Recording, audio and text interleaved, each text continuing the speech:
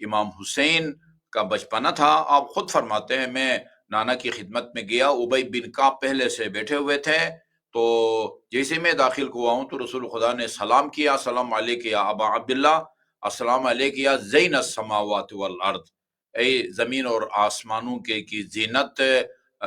تمہیں سلام ہو۔ ابی بن کا امام حسین فرماتے ہیں ابی بن کعب نے میرے نانا سے فرمایا کہ ہم تو آپ کو زمین اور آسمان کی زینت سمجھتے ہیں، فرمایا تمہیں نہیں معلوم حسین جتنا زمین میں عظیم ہے اس سے زیادہ آسمانوں میں جو ہے عظیم ہے۔ اور پھر امام کی وہ فرمایا کہ اللہ تعالیٰ نے اس کے صلب میں ایک پاکیزہ جو ہے نا وجود کو رکھا ہے، اور اس کی خصوصیات کو بیان کی، وہ یہ دعا پڑھے کرے گا، وہ امام زین العابدین کی شرح کیا، پھر امام محمد باقر، پھر امام جعفر صادق علیہ السلام۔ ان کے نام تو جو اگر رسول نے یہ بولے ہیں تو وہ تو جب تک ما ینطق عن الہوی ان هو الا وحی یوحی، جب تک اللہ کی طرف سے وحی نہیں ہوتی آپ بولتے ہی نہیں ہیں۔ اگر آپ نے 12 اماموں کا نام لیا ہے تو اللہ کے حکم سے نام لیا ہے۔ اور جیسے بہت ہی دلچسپ بات ہے، مدینہ منورہ میں مسجد النبی کے اندر جو ہے وہ دیوار کے چاروں طرف امیر المومنین سے لے کر امام زمان تک سب کے نام جو ہے نا وہاں وہ لکھے ہوئے ہیں۔ تو یہ نام جو ہے وہ اللہ تعالیٰ کی طرف سے رکھے گئے ہیں۔ باقی ہمیں حکم یہ دیا گیا ہے کہ اپنے نام جو ہے نا وہ محمد جو ہے نا وہ ضرور رکھا کریں، کم از کم ولادت کے 7 دن تک محمد کے نام سے پکارا جائے۔ علی انتہائی پسندیدہ نام ہے، امام حسین علیہ السلام کے جتنے بھی بیٹے تھے سب کا نام امام حسین نے علی رکھا تھا۔ چنانچہ یہ ہے کہ ایک دفعہ مروان نے غالباً امام زین العابدین سے پوچھا، نام کے بارے میں کہا علی ہے، تو اس نے کہا کہ بھئی آپ کے سب کا نام علی رکھا ہے، آپ کے بابا نے کوئی اور نام ان کو نہیں ملتا تھا؟ تو امام زین العابدین نے فرمایا تھا میرے بابا امام حسین علیہ السلام کو علی نام یہ اتنا پسند تھا کہ اللہ تعالیٰ اگر انہیں، ہاں یہ بات نقل کی امام زین العابدین امام حسین سے، اپنے والد گرامی سے، تو امام نے فرمایا کہ خدا، امام حسین نے فرمایا اگر اللہ تعالیٰ مجھے 100 بیٹے بھی دیتا میں سب کا نام جو ہے نا وہ علی رکھتا۔ تو باقر رکھیں، جعفر رکھیں، جو ہے نا تقی نقی رکھیں، محمد ساتھ رکھیں، یعنی والدین کے ذمے اولاد کے حقوق میں سے ایک حق یہ ہے کہ اس کا بہترین نام جو ہے نا رکھیں۔ ایسے نام نہ رکھیں جو جانوروں کا ہوتا ہے، جیسے بچیوں کا نام غزالہ رکھ دیا جاتا ہے، ہرنی کو کہتے ہیں۔ اللہ تعالیٰ نے انسان پیدا کیا ہے، جانور والا نام رکھتے ہیں، تو یا جیسے کسی جانور کا نام رکھیں، یہ جو ہے نا وہ اچھا نام نہیں ہے۔ یعنی اولاد کے حوالے سے والدین کی ذمہ داری یہ ہے کہ بہترین نام رکھیں، اور بہترین نام القاب جو ہے وہ ہمارے ائمہ معصومین علیہ السلام ہے، اور سر فہرست حضرت صلی اللہ علیہ وسلم کا نام محمد ہے۔ جی آغا صاحب بہت بہت شکریہ۔ اس کے بعد اگلا سوال ہمارے پاس تصویر کے مسئلے کے حوالے سے ہے کہ اگر جس کمرے میں تصویر لگی ہو کیا اس کمرے میں نماز ادا ہو جاتی ہے یا نہیں، اس کی وضاحت فرمائیے گا۔ دیکھیے یہ نماز ادا ہو جاتی ہے، اس میں کوئی شک نہیں، نماز ادا ہو جاتی ہے، یعنی نماز باطل نہیں ہے، غلط نہیں ہے، لیکن یہ ہے کہ سامنے تصویر لگی ہوئی ہو تو، یا بات تعبیروں میں جس کمرے میں تصویر لگی ہوئی ہو اس میں نماز مکروہ ہے۔ اور بھی مقامات ہیں جہاں پر نماز پڑھنا وہ مکروہ ہے، کھلا ہوا دروازہ ہے تو اس طرف رخ کر کے نماز پڑھنا، مثلا وہ قبلہ رخ ہے جو ہے نا، یا مثلا وہ آگ بھڑک رہی ہے، کتاب سامنے کھلی ہوئی ہے، یعنی کوئی بھی ایسی حالت میں یا جگہ نماز پڑھنا جہاں آپ کی توجہ نماز سے ہٹ جاتی ہو وہ مکروہ ہے۔ لہذا بعض حضرات جو ہے نا وہ احتیاط کرتے ہیں، اور اپنے کمرے میں اگر تصویر آویزان ہے کسی کی تو نماز کے دوران اس پر کوئی کپڑا وغیرہ ڈال دیتے ہیں، تو نماز نہ بھی ڈالیں، اور سامنے تصویر لگی ہو نماز غلط نہیں ہے، یا ادا ہو جائے گی، فرض بھی ادا ہو جائے گا، مکروہ ہے۔ اور کسی عبادت کے مکروہ ہونے کا مطلب یہ ہے کہ یعنی بعض کام مکروہ ہیں، مثلا معذرت کے ساتھ پانی میں پیشاب کرنا، یا مثلا رات کو جھاڑو دینا، اس طرح کے کام ان کو ترک ہونا بہتر ہے، یعنی وہ مرجو ہیں، ناپسندیدہ ہیں، یا مثلا کھڑے ہو کے شلوار پہننا یہ ناپسندیدہ کام ہے۔ کسی عبادت کے یعنی مکروہ ہونے کا مطلب اس کا سرے سے ناپسندیدہ ہونا نہیں ہے، یعنی اس کا ثواب اس نماز کے مقابلے میں کم ملے گا۔ مثلا جو نماز مکروہ نہیں ہے، مثلا کھلا دروازہ یا تصویر کے سامنے نہ پڑی جائے۔ جی جی آغا صاحب بہت بہت شکریہ۔ اگلا سوال ہمارے پاس موجود ہے، بعد السلام انہوں نے پوچھا ہے کہ آغا صاحب میں جس اسکول میں پڑھتا ہوں وہاں پر وہ بورڈنگ اسکول ہے اور وہ ہاسٹل بھی ہے، اور وہاں زیادہ تر تعداد اہل سنت کی ہے، تو جو نماز باجماعت ہوتی ہے وہ اہل سنت ہی کی ہوتی ہے، تو کیا میں اس باجماعت نماز میں شامل ہو سکتا ہوں یا نہیں؟ اور نماز جمعہ بھی ہاسٹل کے اندر ہی ہوتی ہے تو وہ بھی اہل سنت کے ہی مطابق ہوتی ہے، تو کیا وہ نماز جمعہ ان کے ساتھ ادا کرنے سے وہ نماز میرا جمعہ کی نماز ادا ہوگی یا نہیں؟ اس کی وضاحت فرمائیے گا۔ یہ دار و مدار اس پر ہے کہ آپ کس کی تقلید میں ہیں۔ اگر آپ رہبر معظم کی تقلید میں ہیں تو آپ کی نماز باجماعت بھی ہوگی اور جمعہ بھی ہوگا، چونکہ وہ بالکل جس طرح شیعہ اثنا عشری عادل کی اقتداء میں نماز پڑھنے کی اجازت دیتے ہیں، جو ہے نا اسی طرح اہل سنت امام جماعت کے پیچھے بھی نماز پڑھنے کی اجازت دیتے ہیں۔ اور جو جمعہ ہے وہ آپ کو معلوم ہے وہ باجماعت ہی ہوتا ہے، وہ فرادہ ہوتا ہی نہیں ہے۔ وہ نماز عید کی طرح نہیں ہے کہ آپ گھر میں بھی پڑھیں تو وہ ہو جاتی ہے، لیکن جو وہ نماز جماعت ہے، وہ نماز جمعہ ہے، وہ باجماعت ہی ہوتی ہے۔ اور کم از کم امام جمعہ سمیت 5 آدمی ہوں،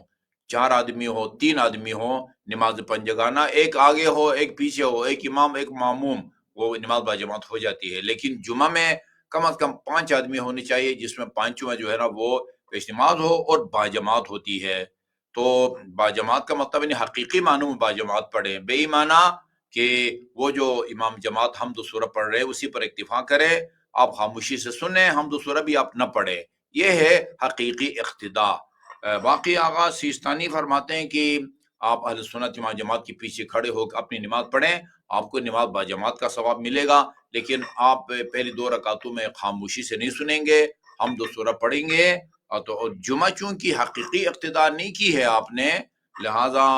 جمعہ جو ہے وہ پھر آپ کا نہیں ہو سکے گا۔ لہذا حج کے موقع پر وہاں حجاج کرام کو ہم کہتے ہیں کہ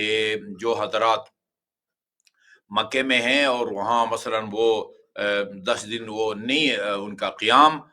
تو وہ جو رہبر کے ہیں وہ جمعہ پڑھیں، جمعہ کی نیت سے پڑھیں، اور جو سیستانی کے ہیں وہ پیچھے کھڑے ہو جائیں اور اپنی مثلا چونکہ ان کو اختیار ہے تو 2 رکعت نماز ظہر کی نیت کر کے پڑھیں، بعد میں نماز عصر آپ پڑھیں۔ اب وہ نماز عصر آپ کی مرضی ہے، پوری پڑھیں یا قصر پڑھیں، جیسے آج کے شروع کے مسئلے میں نے عرض کیا ہے۔ جی آغا صاحب بہت بہت شکریہ۔ اگلا سوال ہمارے پاس موجود ہے اور میراث کے حوالے سے سوال کیا گیا ہے۔ بعد السلام یہ پوچھا گیا ہے کہ آغا صاحب کیا شیعہ مکتب میں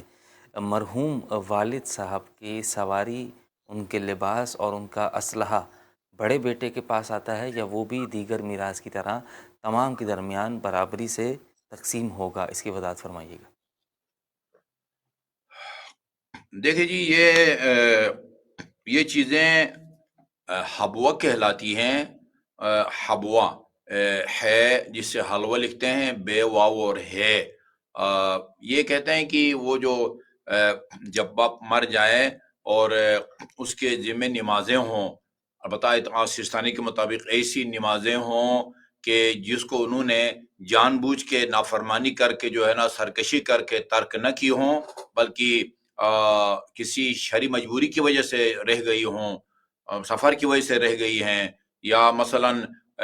یعنی سیکھنے میں کوتاہی بھی نہیں کی ہے اور جس کی وجہ سے جہالت کی وجہ سے غلط پڑی گئی ہیں، اور پھر وہ عذر کے برطرف ہونے کے بعد وہ پڑھ بھی سکتا تھا اور نہیں پڑھ سکا، وہ نمازیں بڑے بیٹے پر واجب ہیں۔ اب وہاں پر یہی حکمت بیان کی گئی ہے کہ بڑے بیٹے میں اور دوسری اولاد میں کیا فرق ہے کہ دوسرے بیٹے، تیسرے بیٹے یا بیٹیوں پر واجب نہیں ہے، بڑے بیٹے پر کیوں واجب ہے؟ وہ وہاں یہ حکمت بیان کی جاتی ہے کہ چونکہ حبوہ بڑے بیٹے کو ملتا ہے، حبوہ یہی تلوار، انگوٹھی، اس زمانے میں وہ سواری ہوتی تھی تو سواری اس زمانے میں سواری گھوڑا ہوتا تھا، لیکن آج آپ کہیں کہ گاڑی پر بھی گھوڑا والا احکام لاگو ہوں، وہ احکام جو ہے نا وہ لاگو نہیں ہوتے۔ یہ چند چیزیں جو لی گئی ہیں جن کا نام لیا گیا ہے روایات کے اندر، وہ بڑے بیٹے کو دی جاتی ہیں، اور انہی کی وجہ سے باپ کے ذمے اگر نمازیں ہیں تو وہ بڑے بیٹے پر واجب ہے شرعی طور پر۔ باقی اخلاقی فرض ہے کہ باقی اولاد بھی باپ کی نمازوں کو پڑھیں، کیونکہ وہ سب کا باپ ہے، سب سے بڑے بیٹے کا بھی باپ ہے، باقی بیٹوں اور بیٹیوں کا بھی جو ہے نا وہ باپ ہے۔ تو یہ نوٹ کرنے والا نقطہ ہے کہ باپ کی وہ نمازیں جو اس نے جان بوجھ کے اور بغیر کسی شرعی مجبوری کے ترک نہ کی ہوں، بلکہ کسی مجبوری کی وجہ سے رہ گئی ہوں، اور وہ مجبوری دور ہو گئی تھی اور پڑھ بھی سکتا تھا اور نہیں پڑھی، یا غلط پڑھی ہیں، باطل پڑھی ہیں، اور وہ بھی جو ہے نا وہ مسئلہ کے سیکھنے میں کوئی کوتاہی نہ کی ہو، اس نے کوئی غلط فہمی کی وجہ سے باطل ہوئی ہو، تو وہ نمازیں بڑے بیٹے پر واجب ہوتی ہیں۔ بڑے بیٹے پر فرض شرعی طور پر فرض ہے، باقی اولاد پر جو ہے نا وہ اخلاقی فریضہ ہے کہ وہ بھی جو ہے نا وہ اپنے بابا کو عذاب سے بچائے۔ جی آغا صاحب، بہت بہت شکریہ۔ اس کے بعد ہمارے پاس اگلا سوال خمس کے حوالے سے موجود ہے۔ بعد السلام یہ پوچھا گیا ہے کہ آغا صاحب ہم مکمل خاندان کا ایک گروپ ہے کہ جہاں پر ہم تمام تر جو فیملی سے سربراہ ہیں، جتنے بھی ہمارے خاندان کے اندر لوگ ہیں، وہ سب جو ہے ایک جگہ پر ہر مہینے کوئی نہ کچھ رقم اپنی جانب سے جمع کرتے ہیں، اور یہ سلسلہ ہمارا کئی سالوں سے چلتا آ رہا ہے، اور ہم کچھ نہ کچھ رقم جتنی ہماری حیثیت ہوتی ہے ہم وہ جمع کرتے ہیں، اس نیت سے کہ اگر کبھی کسی پر کوئی مشکل وقت، مصیبت یا آفت، بیماری یا خوشی یا غم کے موقع پر اگر وہ ضرورت پڑے گی تو وہ مال استعمال کیا جائے گا، اور وہ اجتماعی مال ہوتا ہے، کسی ایک کا مال نہیں ہوتا۔ تو پوچھنا یہ تھا کہ اگر وہ رقم جو جمع ہو رہی ہے سال ہر سال سے، اس پر خمس واجب ہوگا یا نہیں، اور خمس کون ادا کرے گا، کیونکہ یہ اجتماعی مال ہے، تو اس کی وضاحت فرمائیے گا۔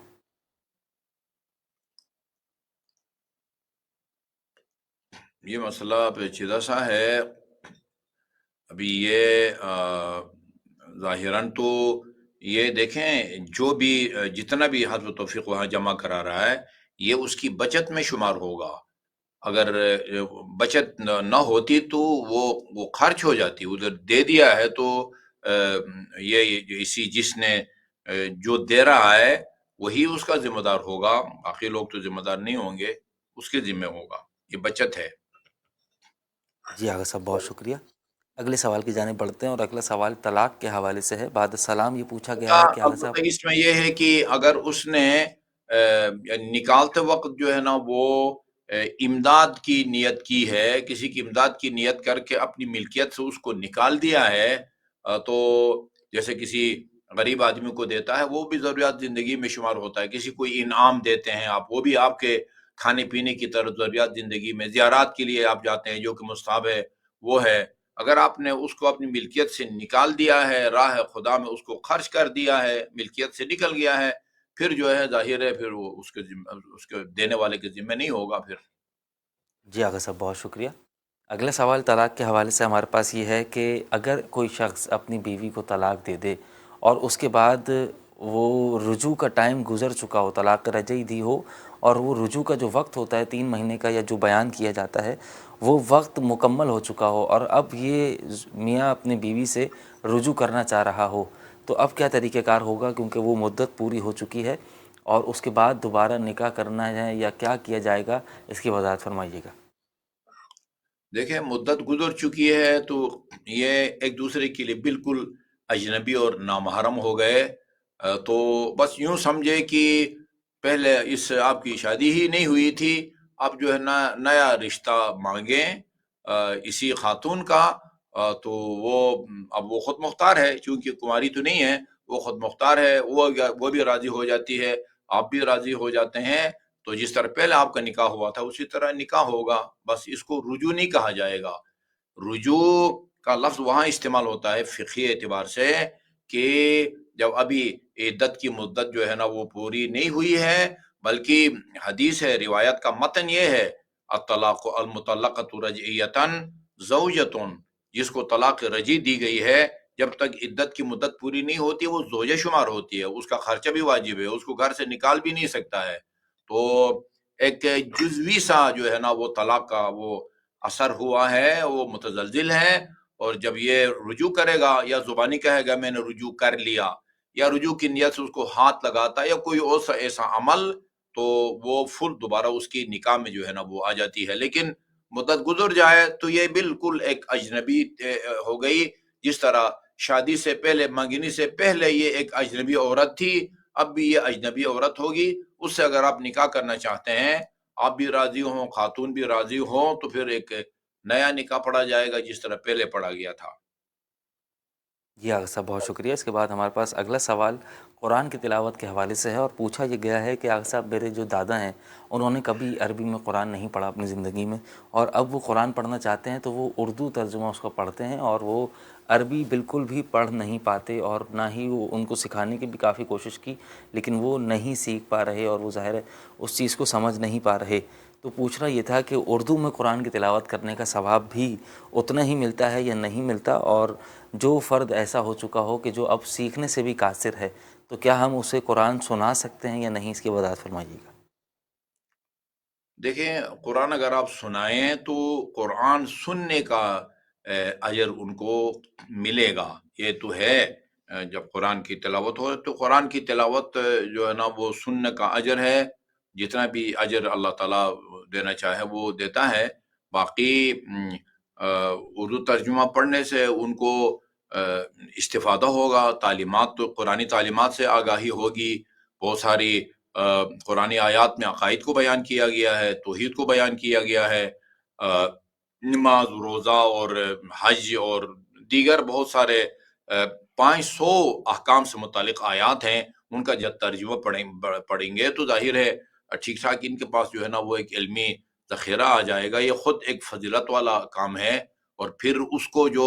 ترجمہ پڑھ کے آپ نے جو کچھ سمجھا ہے اس کو آگے بیان بھی کریں گے تو یقیناً جو ہے نا وہ اجر کے مستحق ہوں گے۔ جی آغا صاحب اگلے سوال کی جانب بڑھتے ہیں۔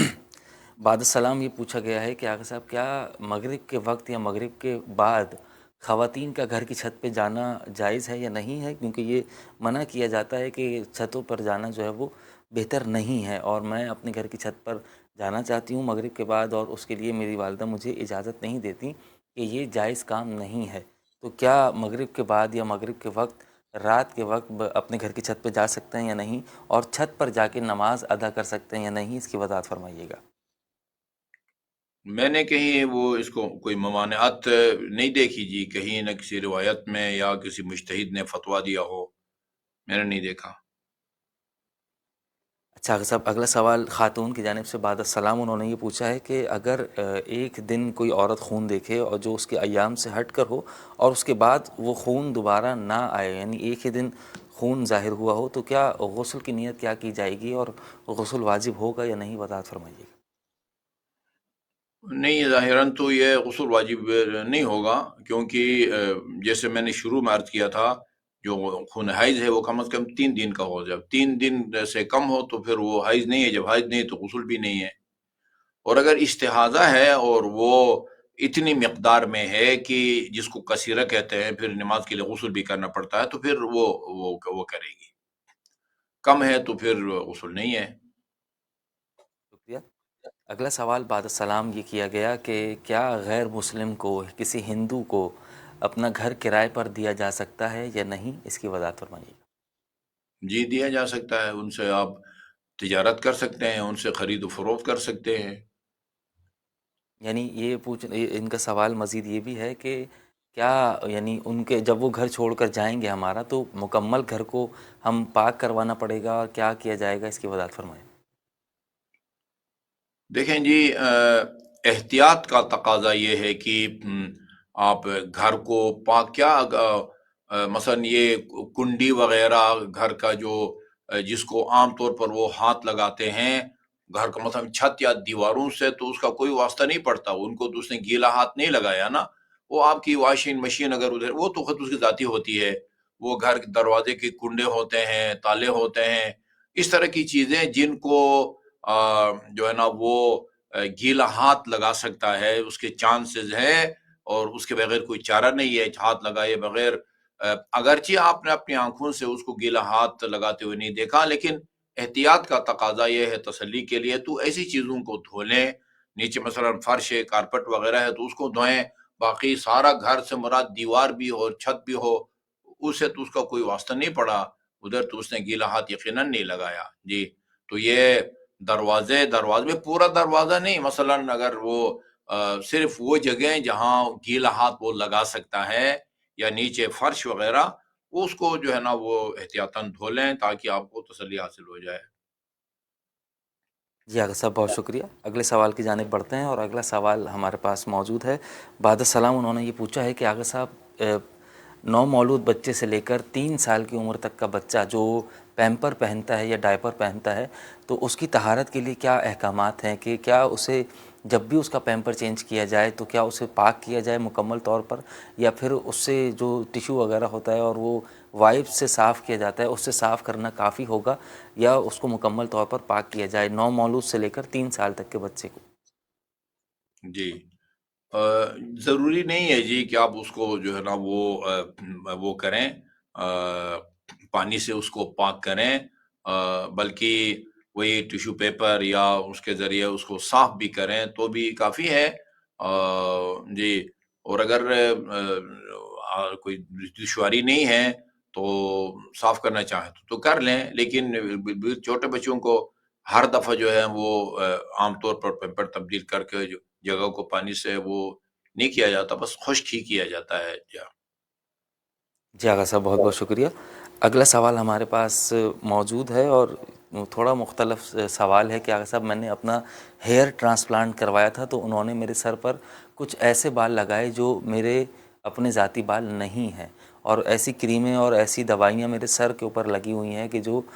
پانی سے ان کو پانی لگانا بھی نقصان دہ ہے اور کافی مہنگا ٹریٹمنٹ ہوا ہے، تو اگر میں اس پر پانی لگاتا ہوں تو وہ میرے بال خراب ہو جائیں گے اور میرا سر بھی خراب ہوگا۔ تو آغا صاحب ایسی صورتحال میں غسل کے دوران یا وضو کے لیے مسح کرنے کے لیے کیا حکم ہوگا، کہ جب کہ میرا مالی اور جسمانی دونوں نقصان پانی لگنے سے ہو رہے ہیں؟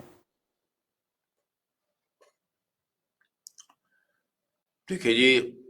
ہم تو یہ اجازت نہیں دے سکتے کہ آپ جو ہے نا وہ نہ کریں، جو ہے نا وہ غسل نہ کریں یا مسح نہ کریں۔ خیر مسح سے تو کچھ نہیں ہوتا، مسح میں وہ آپ بمشکل آپ کا ہاتھ تھوڑا سا اس میں نمی ہوتی ہے تھوڑا سا، اس کے مسح کرنے سے جو ہے نا اس کی جڑوں تک کوئی پانی نہیں جاتا۔ صرف غسل کے معاملے میں ہے کہ غسل جو ہے وہ ہاں ظاہر ہے اس کے لیے پانی ڈالنا پڑتا ہے، تو یہ بڑا مشکل کام ہے جی ہمارے لیے کہنا کہ ٹھیک ہے جی آپ غسل نہ کریں اور بس تیمم کریں، یہ بہت مشکل کام ہے۔ جی آغا صاحب بہت بہت شکریہ۔ اگلا سوال طلاق کے حوالے سے بعد السلام انہوں نے یہ پوچھا ہے کہ آغا صاحب میں ایک مولانا صاحب کے پاس گئی تھی تو میرے شوہر جو ہیں وہ نشہ کرتے ہیں اور بالکل ہوش میں نہیں رہتے، لیکن وہ کسی بھی صورت مجھے طلاق دینے کے لیے راضی نہیں ہوتے۔ میں نے پیسے دے کر بھی کوشش کی کہ وہ کسی طرح راضی ہو جائیں اور اجازت دے دیں، اور میں نے دیگر طریقوں سے بھی، کیونکہ وہ ان کے ذریعے میرے بچوں پر بھی برا اثر پڑتا ہے اور میری زندگی بھی مشکل ہوتی ہے، کیونکہ میں جاب کرتی ہوں اور بار بار مولانا کے پاس جانا میرے لیے آسان کام نہیں ہے۔ تو مولانا نے یہ کہا تھا کہ 3 نوٹس بھیجے جاتے ہیں اور اس کے بعد پھر طلاق کا صیغہ جاری کروا دیا جاتا ہے، اور وہ 3 نوٹس اور اس طریقے سے بھیجے جائیں گے کہ اگر اس پر ان کا رد عمل نہیں آیا تو پھر طلاق کا صیغہ جاری کر دیا جائے گا اور پھر آپ دونوں کے درمیان طلاق ہو جائے گی، طلاق خلا۔ تو کیا آغا صاحب یہ طریقہ صحیح ہے؟ کیونکہ میرا دل جو ہے وہ اس پہ مطمئن نہیں ہو رہا، اور اگر نوٹس ہی بھیجنا ہے تو میں بار بار مولانا کے پاس جا کے ان کو پیسے دینے کے بجائے کیا میں خود ان کو نوٹس بھیج سکتی ہوں 3 مرتبہ کے بعد، پھر میں ان سے ڈائریکٹ طلاق کے صیغے جاری کرواؤں، یا کیا طریقہ کار اپنانا چاہیے؟ وضاحت فرمائیے گا۔ نہیں کوئی ایسی بات نہیں ہے جی 3 نوٹس کے بعد جو ہے نا وہ طلاق جاری کرنے کے اختیار کسی کو حاصل ہوتے ہوں۔ یہ دیکھیں سب سے پہلی بات یہ ہے کہ بنیادی طور پر یہ مسئلہ ہم بہت دفعہ بیان کر چکے ہیں، بنیادی طور پر طلاق دینے نہ دینے کا اختیار شوہر کے پاس ہے۔ وہ چند ایک صورتیں ہیں کہ جہاں پر حاکم شرع کو یہ اختیار ہوتا ہے کہ وہ شوہر نہ بھی دینا چاہے تو اپنے اختیارات استعمال کر کے خاتون کو فارغ کرے۔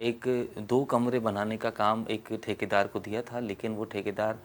رشتہ دار بھی ہے اور جاننے والا بھی ہے، تو وہ کہیں مصروف ہے، اور وہ کرتے کرتے، کیونکہ میں پورے پیسے اس کو دے چکا تھا اور وہ اپنے کسی دوسرے کام میں پھنسا ہوا ہے، اور وہ پیسے دیے ہوئے تقریباً سال سے زیادہ گزر گیا ہے، اور وہ میں نے رقم اس کو دی ہوئی ہے، لیکن میں نے اس کو کمرے بنانے کے لیے اور چھت پر کام کرنے کے لیے وہ رقم دی تھی۔ وہ کام ابھی تک شروع نہیں ہوا، نہ ہی مال خریدا گیا، اور وہ رقم اس کے پاس ہے اور وہ اسے استعمال کر رہا ہے۔ تو اب میرا کیا فریضہ ہے، کیا مجھ پر اس رقم پر، کہ جو مکمل سال اس کے پاس رہی اور میری جانب سے میرا کام نہیں ہوا، تو کیا اس رقم پر خمس واجب ہوگا یا نہیں، اس کی وضاحت فرمائیے گا۔